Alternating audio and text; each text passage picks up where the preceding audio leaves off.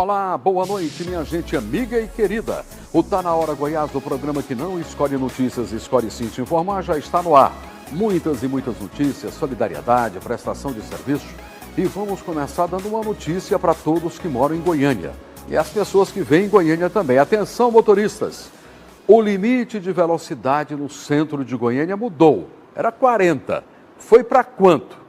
Bom, quem vai trazer todas as informações é o nosso repórter Guilherme Martins. Olá, Guilherme, como é que está você? Boa noite.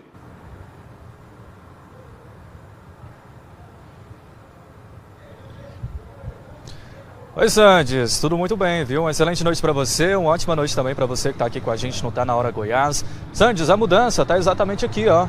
A gente vai perceber agora ao vivo essa placa que foi implementada. A gente está aqui na Avenida Araguaia com a Rua 3, região central de Goiânia, né? Uma região bastante movimentada.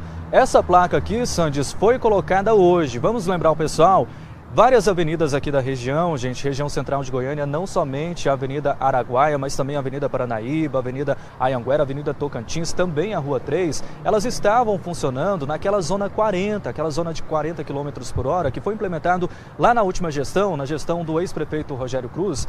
Pois é, agora tem alteração, porque o limite de velocidade aqui dessas ruas e avenidas, esse limite de velocidade passa a ser de 50 km por hora, portanto, houve esse aumento no limite de velocidade. Uma promessa antiga, né, Sandes, do prefeito Sandro Mabel, uma promessa de campanha que agora sim está sendo concretizada aqui no centro de Goiânia. Os radares por aqui já foram instalados, os radares já foram, na verdade, reprogramados, mas eles ainda não estão multando os motoristas que passam por aqui. Pelo seguinte motivo, Sandes, não são todas as avenidas que já estão com essa sinalização nova. Portanto, essas multas só vão começar a acontecer a partir do momento que toda essa região estiver muito bem sinalizada, oferecendo aí toda a orientação adequada para os motoristas. Como eu disse, é aqui a Rua Araguaia, Avenida Araguaia, perdão, não é a única que vai ter esse novo limite de velocidade de 50 km por hora. A Avenida Tocantins também, a Avenida Paranaíba, a Avenida Anhanguera e também a Rua 3.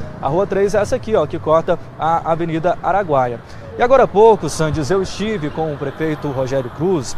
A gente esteve lá no Paço Municipal, estive no gabinete estive com o prefeito Sandro Mabel, né, lá no gabinete dele, conversando, né, sobre os objetivos que levaram a essa modificação, a sair daquela zona de 40 aqui na região central de Goiânia e ser implementada esse novo limite de velocidade a 50 km por hora. Conversei com o prefeito Sandro Mabel e ele me explicou, Sandes, que essa decisão se deu por dois principais fatores. O primeiro objetivo, aumentar a fluidez no trânsito aqui na região central da capital, né? Uma região bastante movimentada, principalmente de carros, muitos pedestres, também usuários do transporte coletivo. O outro segundo objetivo, melhorar a sincronização semafórica, porque de acordo com o Sandro Mabel, essa sincronização, sincronizar todos os semáforos do centro da capital, estava bastante complicado por causa ali desse antigo limite de velocidade a 40 km. O trecho dessa coletiva a gente acompanha agora. O próprio Código de Trânsito mostra que em vias daquele tipo, vias que são artérias, a velocidade tem que ser no mínimo 50 km por hora. Mas lá no centro colocaram os 40 km por hora. Isso daí, as pessoas não andam a 40 km por hora. Então, você fica desregrado. Não pode andar, o cara não fica a 40 porque ninguém anda a 40. E se você anda a 50, você está fora, você recebe uma multa se alguém estiver tirando uma multa lá. Então, isso daí é uma coisa que é ilusão, é coisa para não se cumprir. Então nós falamos, nós vamos passar isso daqui, como a gente tem feito cumprir tudo em Goiânia, então nós vamos passar isso daqui para 50 km por hora. E foi o que nós fizemos. Fizemos um estudo, e todos os estudos mostram que uma via daquela tem que ser no mínimo 50 km por hora. Poderia ser 60, como era antigamente. Mas se 60, para sair de 40 para 60 é muita coisa. A área central tem muita gente e tal, então nós resolvemos passar para 50 km por hora. Pois é, gente, durante essa entrevista eu também perguntei ao prefeito Sandro Mabel se esses estudos levaram em consideração o aumento dos riscos de acidentes que podem acontecer se aumentar o limite de velocidade aqui na região, até porque a gente está falando de uma região que costuma ser bastante movimentada. Agora são 6h30 da tarde, Sandes, o trânsito já está fluindo normalmente, está mais tranquilo, mas essa região aqui, o centro de Goiânia, durante o horário de almoço, é uma região considerada bastante caótica, né? Então o trânsito fica bastante travado e o prefeito me explicou explicou o seguinte em relação a esses riscos de novos acidentes. Ele diz que isso pode não acontecer porque é uma região que está muito bem sinalizada, tem faixas de pedestres, também semáforos que vão orientar os pedestres e também os usuários do transporte coletivo que costumam passar por aqui, principalmente na Avenida Anhanguera, que também vai aumentar, né, esse limite de velocidade. Mas está sendo implementado agora, se não der certo, de acordo com o prefeito, a prefeitura pode voltar atrás e descartar todas essas mudanças e passar ali a retornar aquele limite, aquela zona a 40 km por hora. Portanto, nos próximos dias serão dias aí para testar todo esse novo limite de velocidade que vem de acordo com a prefeitura para trazer uma melhor fluidez no trânsito nessa região aqui no centro de Goiânia. Sandes, eu volto com você. Muito obrigado, Guilherme Martins. Olha, aumentou 10 quilômetros. Alerta importante para quem circula pelas ruas do centro de Goiânia. Tá certo? Devagar, calma, tranquilidade. Aumentou 10 quilômetros e você tem que aumentar a sua atenção também. Certinho? Bom, por falar em trânsito, alerta importante para quem circula pelas ruas de Goiânia. Olha, imagine, Goiânia é uma capital. Cavalos e outros animais de grande porte estão soltos em avenidas e bairros aqui da capital, colocando em risco motoristas, pedestres e moradores também. Os acidentes têm sido frequentes. Infelizmente, nem todos terminam bem. Recentemente, um jovem perdeu a vida. A nossa equipe de reportagem vai mostrar risco e também cobrando soluções na reportagem de Fernando Souza. O perigo anda solto pelas ruas do bairro Boa Vista, em Goiânia.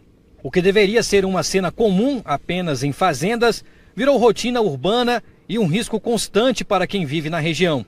Animais de grande porte transitam livremente por ruas e avenidas, desafiando a segurança de motoristas e pedestres. Nossa equipe flagrou o momento exato em que cavalos pastavam no canteiro central da Avenida IP. Veículos precisam parar ou desviar bruscamente para evitar colisões. É um caos muito antigo. Esses cavalos só atravessa na frente de carro, atravessa na frente de moto, machuca muitas pessoas, né? Não é a primeira, já tem vários acontecimentos. É rasgando o lixo, a gente não pode pôr o lixo, tem que pôr na hora que o carro estiver passando, sair com o carro correndo, com o saco de lixo, por quê? Os cavalos rasgam tudinho, jogam tudo no chão. Eu acho que quem é dono desses cavalos que tem que ter a multa, né? Para cuidar dos seus animais, porque animais eles não têm culpa, quem tem culpa é o dono, né? Esses cavalos, gado, sai dessa chácara que tem aqui ao redor aqui, vem tudo para cá, para a avenida. E esses dias para trás, tem o quê? Uns 20 dias, eu fui atacado por um cavalo na porta da minha casa, na lixeira. Porque ele estava rasgando os pacotes, os sacos de lixo, e eu fui falar com ele, brigar com os cavalos, tocar eles, o cavalo me avançou. Se eu não tivesse pulado para trás, acho que tinha arrancado um pedaço do meu rosto, eu até assustei. O que para alguns parece apenas descaso, para outros já se transformou em prejuízo e trauma. E a nossa equipe veio até o bairro Boa Vista, região noroeste de Goiânia, para ouvir os moradores a respeito de uma denúncia muito séria. Aliás, seríssima, porque uma situação aqui nesse setor tem colocado a vida da população em risco. Vamos falar de acidentes provocados por animais na via. Detalhe, pessoas estão morrendo por essa situação. E segundo os moradores, ninguém até agora tomou nenhuma providência, ninguém sequer sabe quem são os donos desses animais. Estou aqui agora com o Fernando Rodrigues, que vai falar com a gente. Ontem, segunda-feira, ele estava indo ao trabalho e acabou sofrendo um acidente. Fernando, explica pra gente, você pegou sua moto, foi trabalhar e acabou chocando contra um cavalo que estava na pista. Tava subindo aqui, ó. Rapaz, a pressão na hora, porque bem ali na esquina. Rapaz, foi assim, de repente, tava nos 40, 45, eu pedi aqui. Ele entrou de uma vez, eu não sei onde a pressão, eu bati quase no meio dele. Aí eu fiquei todo ar, porque foi tão assim, de repente, eu levantei, eu vi o cavalo lá, falei, nossa, eu fui ver como é que ele tava indo. Rapaz, mas isso aqui tá um absurdo. Eles vão sair nesses lixos aqui, ó, pega o saco, derruba tudo, tem cavalo na rua e a gente não acha o dono, velho, não sabe quem é o dono. O problema que começa dentro do bairro se estende para as rodovias vizinhas, como a GO 070. Foi no trecho entre Goianira e Goiânia que a vida de Michael Douglas, de apenas 24 anos, foi interrompida. Ele e a namorada seguiam pela estrada quando foram surpreendidos por uma vaca no meio da pista. Dia 9, ele teve esse acidente na rodovia lá no sentido da GO, né, da 070.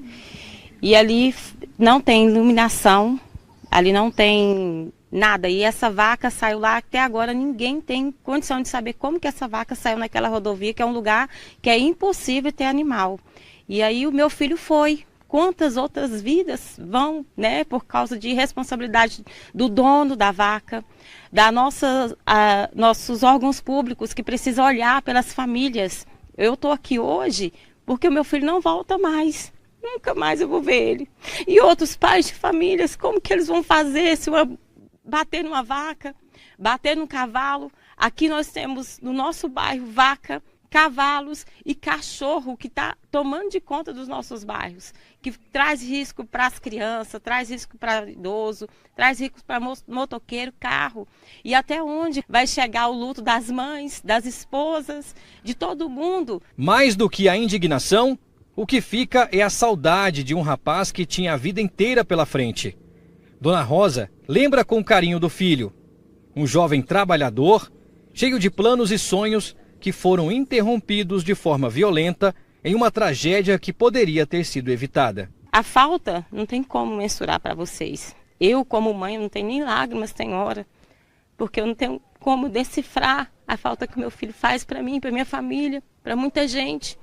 E a dor que mais dói é saber a impunidade do nosso Brasil, da nossa cidade, que é onde as vidas estão sendo ceifadas. E ao menos ninguém quer importar com as famílias que ficam. E isso vai levar ser para o resto da minha vida. E eu estou aqui para ajudar as outras pessoas a não passar por isso também. E o meu filho faz muita falta. Muita, muita, muita, muita. Só Deus para me dar o conforto. E nós precisamos pedir a justiça de Deus e a justiça dos homens para estar a nosso favor. O alerta fica, né? A dor dessa mãe é difícil. Filho dela na moto, andando, bate numa vaca e morre. E o dono deixou a vaca solta. O alerta fica. Além do perigo constante, esse tipo de situação mostra a falta de responsabilidade dos donos desses animais. É um problema que poderia ser evitado. Como disse a própria mãe, era uma morte que poderia ser evitada. Atenção, você que é chacareiro, muitas chácaras perto de bairros populosos de Goiânia, tenha atenção, verifique a cerca, se a cerca quebrou ou não, para que os seus animais fiquem no limite da sua propriedade e não saia na rua, como nós estamos vendo aí nas imagens, esse cavalo. E é esse rapaz jovem, uma vida inteira pela frente na moto, bateu numa vaca e morreu. Um crime grave que chama a atenção pela quantidade de material apreendido.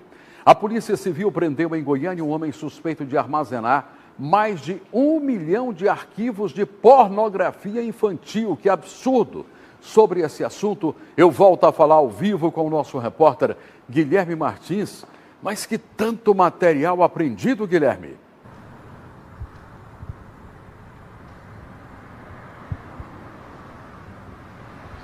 Pois é, Sandes, crime grave, crime absurdo, crime revoltante, que de fato foi registrado aqui em Goiânia durante essa operação da Polícia Civil. Os policiais identificaram e confirmaram que esse sujeito, esse investigado, ele estava armazenando mais de 1 milhão de arquivos envolvendo pornografia infantil.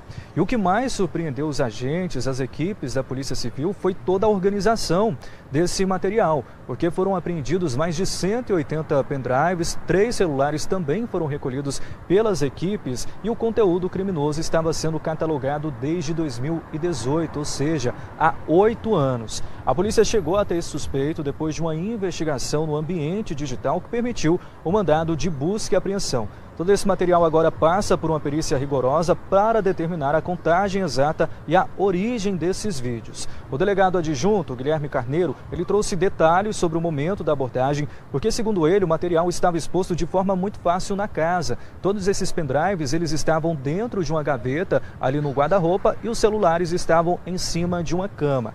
Ao ser questionado, esse homem apresentou a seguinte justificativa para as equipes, Sandes, e também o pessoal que está acompanhando a gente aqui no Tá Na Hora Goiás. Ele disse, Sandes, que era viciado em pornografia, mas as investigações vão continuar porque a Polícia Civil quer descobrir se esse material era usado para consumo próprio ou se ele fazia parte de uma associação criminosa destinada aí para a venda, né, desses produtos envolvendo, desses arquivos, na verdade, né, envolvendo pornografia infantil. Resumo de toda essa história, o desfecho: esse investigado, esse suspeito, ele foi preso, está aguardando audiência de custódia e pode responder por posse e armazenamento de pornografia infantil. Sandes. Obrigado, Guilherme. Tem que ser punido exemplarmente, um crime que revolta, que não pode ser tratado como uma formalidade. Pornografia infantil não é vício, é violência, né? Cada arquivo representa uma criança que foi explorada e até abusada. A polícia segue investigando para identificar outras pessoas envolvidas e para impedir que este crime continue, porque é um absurdo espalhando na internet essas coisas horrorosas, principalmente com as nossas crianças. Agora eu quero falar para os nossos estudantes. Atenção, estudantes de Goiânia e estudantes de todo o estadão de Goiás. Seja qual for o curso que você quer fazer, a Unicesumar é uma escolha certa para você começar agora. São mais de 110 cursos de graduação para você escolher e estudar do seu jeito. Tem EAD com aulas online ou semipresenciais, com encontros presenciais. Isso toda semana em um polo bem pertinho de você. Já são mais de 1000 polos pelo Brasil todo, com uma estrutura completa para te dar suporte, o suporte que você precisa. E ainda tem um app exclusivo da Unicesumar com internet gratuita para você estudar de onde você estiver, sem gastar seus dados. Tudo isso em uma universidade nota máxima no MEC. É 5, é a nota máxima no MEC, garantindo o peso do seu diploma. Então, não perde tempo não. Pega o seu celular, aponte a câmera do seu celular para o QR Code, está aqui na tela, e faça a sua matrícula agora mesmo. Unicesumar, o seu futuro atualizado com mais absoluto sucesso. Certinho, estudantes? Então vamos matricular quem é de Goiânia e de todo o estado de Goiás. Daqui a pouquinho tem nosso quadro de solidariedade, onde vamos tentar realizar mais um sonho. Mas nós estamos recebendo aqui a Gleiciere Souza, que é psicóloga, é mediadora de conflitos e a idealizadora do Café Prosa e Mulher. Boa noite, como é que está você? Tudo bem? Boa noite, Sandes. Boa noite você que está nos assistindo.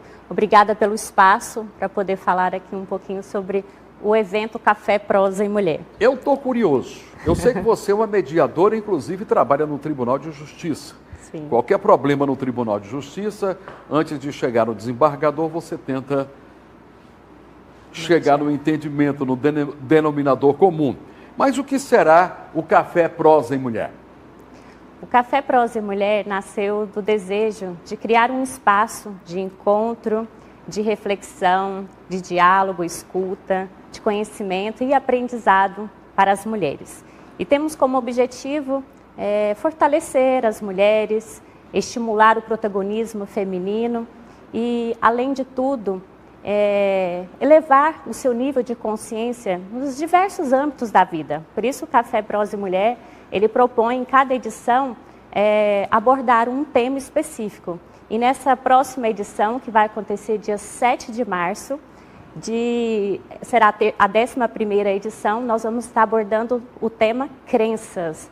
E falar sobre crenças, Santos, é muito importante, por isso fica aqui o meu convite para você estar com a gente nesse dia, que vai ser realizado aqui no Hotel Quality Flamboyant, que próximo... Aqui ao lado da TV Serra Dourada. Exatamente. Em frente ao Teatro João Alves de Queiroz. Exatamente. Então, inicia aí às 8h30 com o café da manhã, um dia todo aí dedicado para você vivenciar essa experiência e levar aí conhecimento e transformação para a sua vida. Sei. E você também trabalha no Tribunal de Justiça. No Tribunal de Justiça, você é uma conciliadora. Você sabe que tem um projeto da minha autoria, quando fui deputado federal, Sim. que na separação litigiosa ou não dos casais, a primeira coisa que tem que marcar é a data de visita, porque antigamente os casais separavam, aí entrava na justiça de novo para marcar as visitas. Isso o juiz já faz de cara. Exatamente. É o ar-condicionado. Então, separou, já marca a visita do pai com relação ao filho ou aos filhos. Sim, no primeiro momento são convidados, né, para uma audiência onde eles tentam ali uma conciliação, né, e não havendo essa conciliação, de fato, vem uma sentença, né. E eu trabalho no Sejusc segundo grau, onde já existe uma sentença e uma das partes, ou ambas, recorrem, né, a essa sentença, e onde passa pela gente, né, da conciliação, da mediação, antes de ir para o colegiado para ter uma decisão judicial. Lembrando que Café Prosa e Mulher vai ser no dia, ela está vindo com antecedência para você fazer a sua inscrição. A inscrição você pode fazer através do Instagram, que é Café Prosa e Mulher.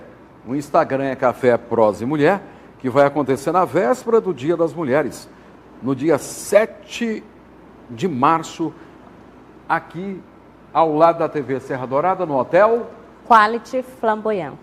Gleiciere, muito obrigado. Desejo muito sucesso nessa 11ª edição. Exato. E depois volte aqui para dar notícias. Muito obrigada, Sandes. E fica aqui meu convite para você estar com a gente nesse dia, que será de muita importância na sua vida. Bom, você já ouviu falar na Barbie? A Barbie do crime? Conhecida como a Barbie do crime, Bruna Cristiane Menezes de Castro, ela continua presa. Ela responde processo por aplicar golpes pela internet, com a venda de produtos falsos, tudo falso. Em audiência de custódia, a justiça decidiu que ela vai continuar presa. Vamos acompanhar na reportagem. Bruna Cristine Menezes de Castro, também conhecida como Barbie do crime, passou pela audiência de custódia após ser presa por policiais militares que cumpriram um mandado de prisão preventiva contra ela. Bruna responde a processo que tramita na 5ª Vara Criminal de Goiânia por aplicar golpes pela internet, ao vender produtos como aparelhos de celular e eletrodomésticos e não entregar. Ao ser ouvida na audiência de custódia, ela disse que teria sido ameaçada por policiais penais da Central de Triagem do Complexo Penitenciário de Aparecida de Goiânia, algo que ela alega ter sido vítima também em 2015, quando também esteve presa no mesmo local por outro crime. Agora, quando eu cheguei, a gente falando, dessa vez você é nossa. O cara perguntando se eu já tinha passado pela audiência. E falando que eu esperava voltar da audiência. E ficaram falando que dessa vez eu ia me suicidar. Na audiência de custódia, o Ministério Público manifestou pela homologação da prisão de Bruna de Castro. Aqui traz-se a audiência de custódia decorrente então do cumprimento do mandado de prisão da Bruna Cristine Menezes de Castro. Verifica-se que não houve notícia de abuso de autoridade no cumprimento da mandado, não há o exame de corpo de delito juntado às automóveis por nenhum tipo de lesão, razão pela qual o Ministério Público, sem maiores delongas, manifesta pela sua homologação e pela comunicação ao juiz que decretou a ordem. A defesa da Barbie do crime argumentou pelo relaxamento da prisão. O advogado pediu a liberdade provisória dela ao alegar que a cliente tem 2 filhos pequenos e que passou por cirurgia recente. Nós temos aqui 2 filhos menores. E aqui está o advogado que ontem aguardou por 2 horas até um parente próximo chegar para poder acompanhar. A Polícia Militar foi muito... aí eu tenho que fazer um elogio, as 2 são menores de 12 anos, e também foi juntado aos autos um laudo médico, onde demonstra que a mesma passou por um procedimento cirúrgico.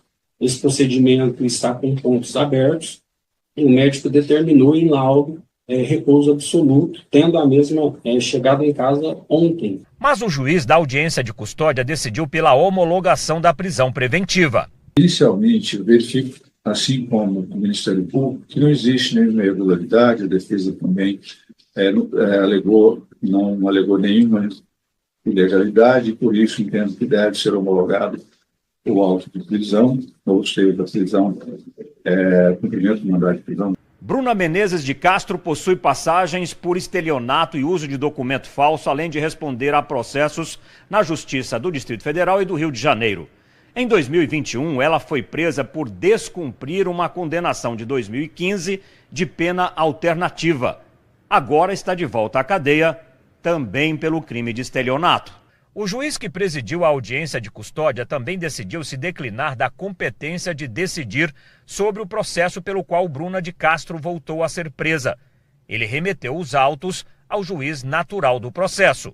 Eu entendo que os argumentos da defesa, por mais fortes que sejam, não cabe a esse juiz não tem competência nesse momento para fazer esse pedido de reavaliação. A humanitária. Certo. Em relação à questão humanitária, eu entendo que o pedido também deve ser direcionado àquele juiz, uma vez que, pelo que eu verifiquei aqui, o documento trazido ao processo primeiro, uma situação de certidão de nascimento de 2 filhos e um relatório médico. Um relatório médico sem qualquer lastro de outro documento. Eu indefiro neste momento também esse pedido, porque eu também entendo que qualquer pedido nesse sentido tem que ser direcionado ao juiz da 5ª Vara Criminal e, por isso, eu entendo, vou encaminhar todos os seus pedidos para que ele faça apreciação. Como alegou ter sofrido ameaças de agentes da administração penitenciária, o juiz determinou providências à Polícia Penal para garantir a integridade física e psicológica da Barbie do crime. Cumpre ainda, a pedido do Ministério Público, encaminhar, dar ciência ao diretor da Central de Triagem de Presos, inclusive determino que seja garantida a presa, a senhora Bruna Cristina Menezes de Castro, local seguro, para que não seja submetida a qualquer tortura, seja física ou psicológica, moral, inclusive com acompanhamento psicológico, se necessário. Daí, Almir contou tudo a respeito da Barbie do crime. Vamos trazer mais informação. Notícias chegando com Sheila Araújo. Boa noite, Sheila. Boa noite, Sandes. Para você, boa noite também a todos que estão em casa. Vamos continuar trazendo informações. E olha, pessoal, a Polícia Civil de Goiás prendeu em flagrante um homem suspeito de violência doméstica e familiar contra a mulher. Isso em Indiara, no sul do estado. Essa vítima procurou a delegacia visivelmente abalada e com lesões pelo corpo, relatando um histórico de agressões físicas, psicológicas e ameaças constantes. Aí, segundo a polícia, no dia dos fatos, o suspeito voltou a agredir essa mulher, que chegou ali também a ameaçá-la de morte. Logo depois das diligências, o autor foi localizado e preso em flagrante por ameaça e lesão corporal no contexto da Lei Maria da Penha. Logo em seguida, ele foi encaminhado ao sistema prisional e permanece à disposição da Justiça. Outro caso que também chamou muito atenção foi que a polícia prendeu em flagrante um homem suspeito de injúria e ameaça contra a ex-companheira em Formosa, no entorno do Distrito Federal.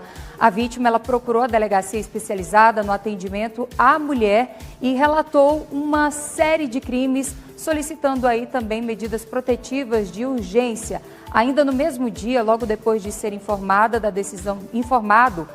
decisão judicial, o suspeito foi até o local onde a mulher estava e passou a fazer xingamentos e novas ameaças. Durante a ação, ele também ameaçou um menor que estava na residência. Esse homem foi localizado e preso em flagrante e encaminhado também a uma unidade prisional onde permanece à disposição da Justiça.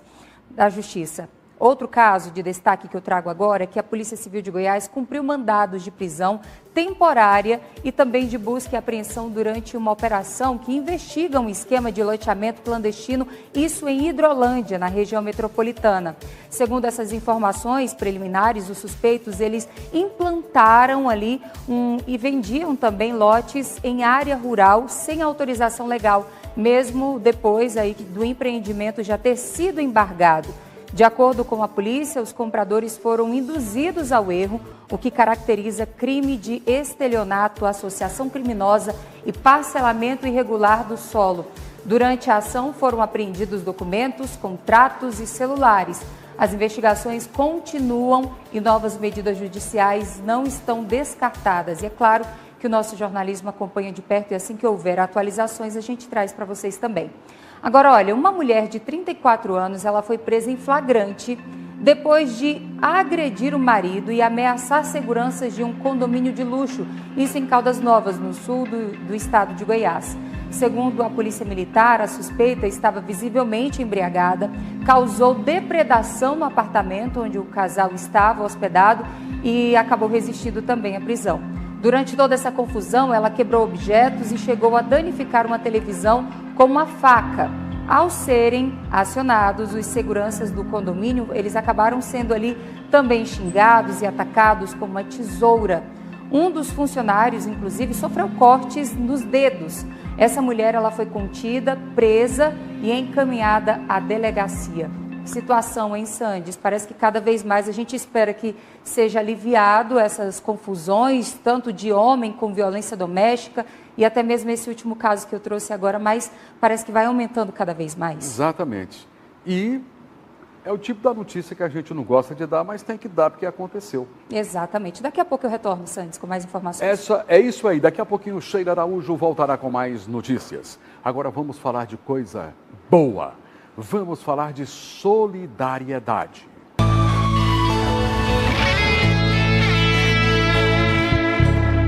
Estou aqui todos os dias para realizar o seu sonho. Olha o nosso endereço, está na hora goiás@tvsd.com.br. Você sabe que nós atendemos por sorteio e vamos tentar hoje realizar o sonho da Ângela Rego Gonçalves, que eu vou cumprimentá-la. Como é que tá, Ângela? Bem. Tudo bem? Tudo, graças Rapaz, a ele Deus. quer bater uma foto nossa, pode fazer a foto. Tá aí, ó. Ângela, tô vendo aqui que você 38 anos não parece. Ah, obrigada. Parece 30. Então você está com 38 anos, é casada, tem 3 filhos e quer fazer um pedido para o seu filho que tem 21 anos. Como é o nome dele? É Maicon. Maicon Gonçalves Martins. Então Maicon veio de Maicon Douglas? O ator Também. famoso? Também? Uhum. Então Maicon tem 21 anos. O que é que o Maicon faz nesse momento? Ele é motorube, né?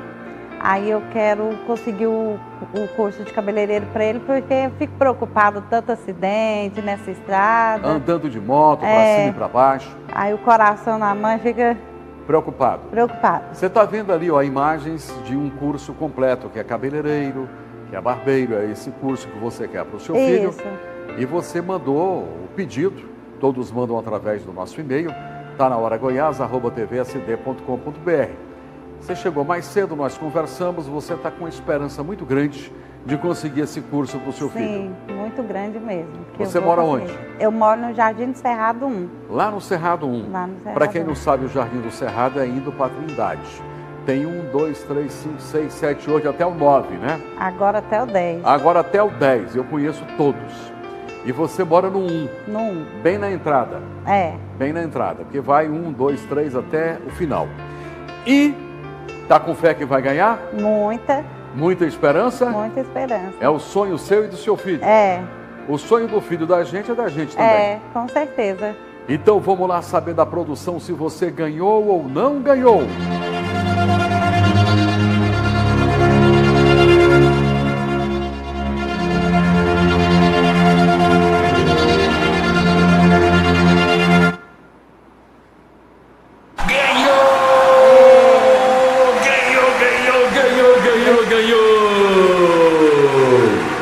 Um presentão de cursos Ávila Escola de Beleza. Quem vai falar de lá é o gestor, que é o professor Ávila. E aí, gente linda, futuro barbeiro e cabeleireiro, tudo bem? Sou o Ávila, o seu instrutor na sua nova profissão da beleza. Se liga aí, tô aqui para te ajudar a dominar e usar as ferramentas e transformar sua paixão por cabelos em uma carreira incrível, com muita grana no bolso. A falta de uma profissão tira seu sono? Já pensou em aprender uma profissão onde você pode trabalhar a hora e aonde quiser para você mesmo ou no mercado? Aprenda agora a profissão de cabeleireiro ou barbeiro no Cursos Ávila. Quem aprende nunca depende. Vem para cá aprender ou se embelezar. Obrigado, tá aqui o endereço. Tá aqui o endereço dos Cursos Ávila, tá aqui o telefone, Instagram. tem o direto, tem WhatsApp e tudo mais. Querida Ângela, feliz, satisfeita? Muito, eu quero agradecer você, Sandy Júnior. O seu programa está na Hora Goiás e o Instituto Ávila. Muito feliz. Graças a Deus, lê um abraço no filho, na família toda, em todos os amigos lá do Cerrado, do 1 ao 10. Graças a Deus, mais um sonho realizado através do nosso quadro de solidariedade. Eu preciso de você. Sandy Júnior faz o bem sem olhar a quem. Com a nossa repórter Lise Souza, está chegando o nosso quadro Saúde é o que Interessa.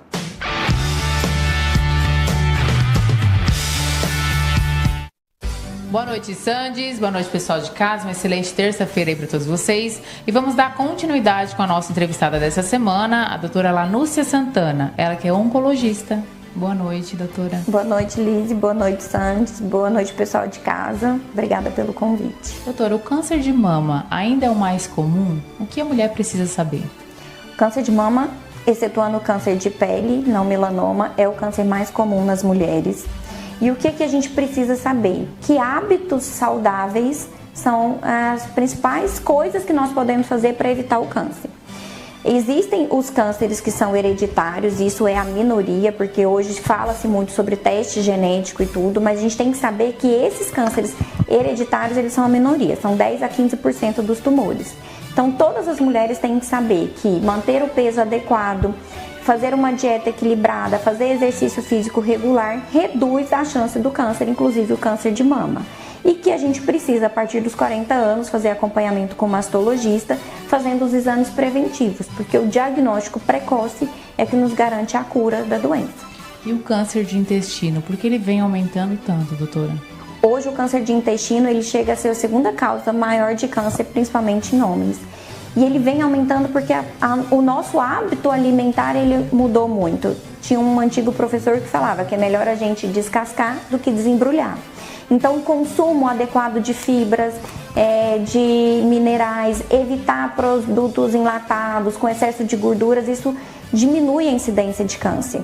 E é importante também a gente falar que existe um exame que ele é um exame de diagnóstico, mas ele também é um exame preventivo, que é a colonoscopia. Quando eu faço a colonoscopia e eu tenho uma lesão polipóide pré-maligna, se eu tiro essa lesão, eu evito a transformação de um câncer. Então, a gente precisa fazer os nossos acompanhamentos médicos regulares, principalmente a partir de 45 anos, porque eu diminuo ainda a incidência e eu posso diagnosticar de forma mais precoce.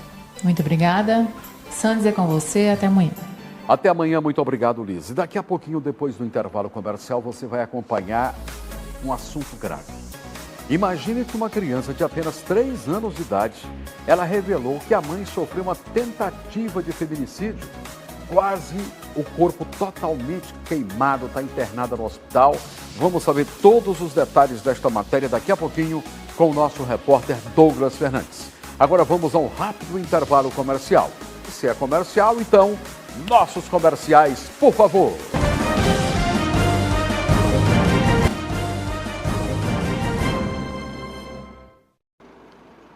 Estamos de volta, são 19 horas 10 minutos mais 30 segundos. Alerta grave em Goiás. Uma criança de apenas 3 anos revelou que a mãe sofreu tentativa de feminicídio. A mulher está internada em estado grave no GOL, com queimaduras em quase 90% do corpo. E o principal suspeito é o companheiro dela. Vamos acompanhar na reportagem de O pai da jovem Emily Vitória, de 23 anos, esteve na Delegacia da Mulher em Aparecida de Goiânia, após as revelações feitas pela própria neta, uma criança de apenas 3 anos. Segundo a madrasta, a menina contou à família que o pai teria ateado fogo na mãe. A fala espontânea da criança levantou suspeitas e levou a família a procurar a Polícia Civil. Ela, na hora que a gente estava brincando, né, na porta do GOL mesmo, eu falei, a mamãe tá dodói, né, ela vai recuperar. Aí ela falou pra mim, tacou fogo na mamãe. Falou só assim, tacou fogo na mamãe. E eu falei, quem tacou fogo? Aí ela falou, o pai. Ela se refere ao pai como o pai, né? Aí eu falei, como que, quem tacou? Aí ela não, já calou, baixou a cabeça, ficou calada, né? O que a família também considera estranho é o tempo entre o acidente e a comunicação do que teria acontecido com Emily Vitória. O suposto acidente aconteceu na quarta-feira da semana passada, mas o pai de Emily só foi informado 3 dias depois, quando a filha já estava internada em estado gravíssimo. Eu acho que a primeira pessoa que tem que ser comunicada são os pais, né? Porque quando o trem taia, é os pais que tem que estar ali, né? Então não tem para onde correr. A primeira pessoa que tinha que ter ligado era para o pai e para a mãe. E ele relatou com a mãe ou foi com a irmã, se eu não me recordo certinho qual foi, deles, que a vítima, que é a minha filha, pediu para não ligar para os pais. E eu fiquei abismado, como é que a pessoa está lá toda queimada e vai pedir para não ligar para os pais? Aí isso que ficou mais um ponto que eu fiquei mais pensando o que teria acontecido, se foi um acidente ou se foi uma tragédia, né? A família afirma que desde o início a versão apresentada pelo companheiro de Emily levantou dúvidas. Segundo Elton José, o genro mudou a versão do que teria acontecido pelo menos 2 vezes, o que levantou ainda mais as suspeitas e motivou a ida até a delegacia. O companheiro de Emily, de 22 anos, alegou inicialmente que tudo teria sido um acidente doméstico. A versão, no entanto, passou a ser questionada após as contradições e o relato da criança. Ele falou 2 versões para mim. Ele contou primeiro que foi o álcool estava aberto e aí explodiu, né? O álcool. Como é que ele sabe que o álcool estava aberto se ele entrou para tomar banho? Né? Se ele entrou para tomar banho, ele não foi na cozinha. Ele passou direto, a casa é pequenininha, um apartamento. Então como que ele sabia que o álcool estava aberto? Né? Segundo fato, ele contou para mim também que o álcool era de gel. Então o álcool de gel dá mais trabalho para pegar fogo. Então assim, eu fiquei só observando o que ele falou, mas não julguei ele de maneira alguma, que eu não tenho como eu afirmar uma coisa que eu não estava lá. Então eu não posso falar que foi ele, né? Por isso que eu estou aqui, entendeu? Por isso que eu estou aqui. Nós estamos aqui para as autoridades ver se ele fez ou não fez. Ele falou para mim que na hora que ele entrou pro banheiro, ele entrou pro banheiro para tomar banho, que ele chegou do trabalho. E aí quando a Fela, ela estava na cozinha, ele falou que ela estava fazendo uma tapioca. Aí como é que ele sabia que ela estava fazendo uma tapioca, sendo que ele foi banhar? Beleza, tranquilo. Aí ela veio correndo lá para cá pegando fogo, e ele rasgou a roupa com as próprias mãos e jogou ela debaixo do chuveiro. Estranho, por quê? Por que ele entrou, ele rasgou e eu olhei nas mãos dele, não vi nenhum queimado. Emily Vitória sofreu queimaduras em cerca de 90% do corpo e segue internada em estado grave na UTI do UGOL em Goiânia. O quadro é considerado extremamente delicado. Eu saí de lá ontem, era 4h40 da tarde, com o quadro dela pior. Ela tomou ontem 2 bolsas de sangue e um pulmão dela está totalmente ruim, não presta praticamente, e o outro está com só 50%. Tanto é que nós estou aqui na televisão, quem puder doar, fazer doação de sangue, qualquer tipo de sangue, só procurar o UGOL, que ela está precisando de sangue, e o quadro dela é pior.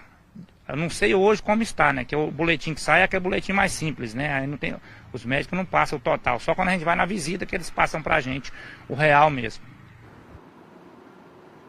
Um caso chocante que reforça a importância da denúncia e da proteção das mulheres. A população pode ajudar denunciando qualquer agressão.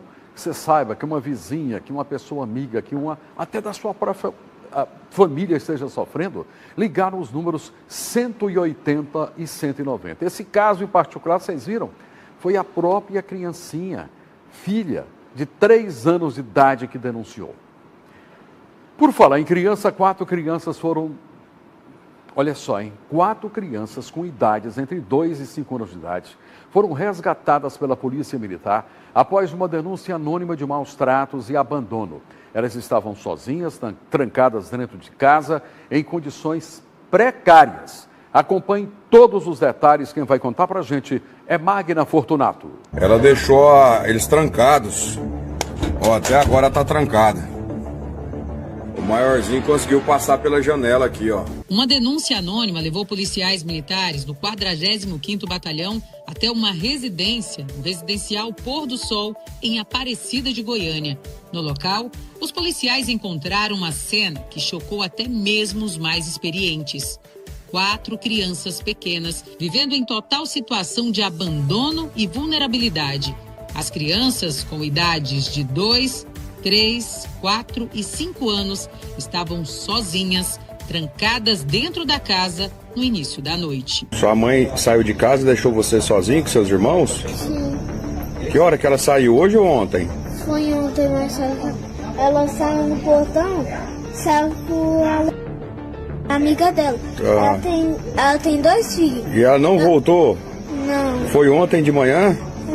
Você ficou sozinho? Para conseguir resgatá-las, os policiais precisaram romper o cadeado do portão.